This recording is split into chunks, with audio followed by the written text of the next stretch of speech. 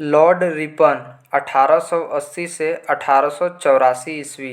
प्रधानमंत्री ग्लैडस्टोन के परामर्श पर रिपन ने सर्वप्रथम समाचार पत्रों की स्वतंत्रता को बहाल करते हुए सन 1882 ईस्वी में वर्नाक्यूलर प्रेस एक्ट को समाप्त कर दिया और भारतीय भाषाओं में प्रकाशित होने वाले समाचार पत्रों को भी वही सुविधाएं दी गई जो अन्य समाचार पत्रों को प्राप्त थी।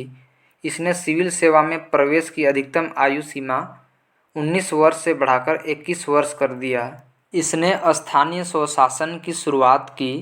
18 मई 1882 को स्थानीय स्वशासन संबंधी एक कानून बनाया गया, जिसके आधार पर विभिन्न प्रांतों में 1883 से 1885 के मध्य स्थानीय स्वशासन संबंधी कानून बनाए गए।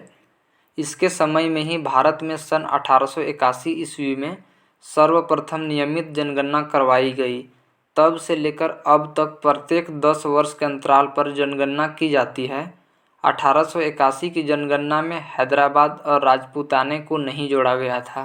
भारत में पहली बार जनगणना सन 1872 ईस्वी में हुई, परंतु इसमें भारत के संपूर्ण भागों को प्रतिनिधित्व नहीं हुआ।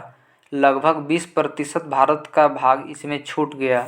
रिपन के द्वारा ही सन 1881 ईस्वी में प्रथम कारखाना अधिनियम लाया गया। इसमें 7 वर्ष से कम आयु के बच्चों को काम करने पर प्रतिबंध लगा दिया गया और 7 से 12 वर्ष श्रमिकों के लिए 9 घंटे से अधिक कार्य कराया जाना प्रतिबंध कर दिया गया। यह एक चाय, कॉफ़ी एवं नील की खेती पर लागू नहीं थी। रिपन के समय में शैक्षणिक सुधारों के अंतर्गत विलियम हंटर की अध्यक्षता में एक आयोग गठित किया गया। 2 फरवरी 1883 को यूरोपीय के विरुद्ध भारतीय न्यायाधीशों द्वारा मुकदमे की सुनवाई के लिए इल्बर्ट विधेयक प्रस्तुत किया, लेकिन यूरोपवासियों के प्रबल विरोध के कारण इसे वापस लेना पड़ा। अंग्रेजों द्वारा इस विधेयक के विरोध में किए विद्रोह को श्वेत विद्रोह के नाम से जाना जाता है। फ्लोरेंस नाइटिंगेल ने रिपन को भारत के उद्धारक की संज्ञा दी।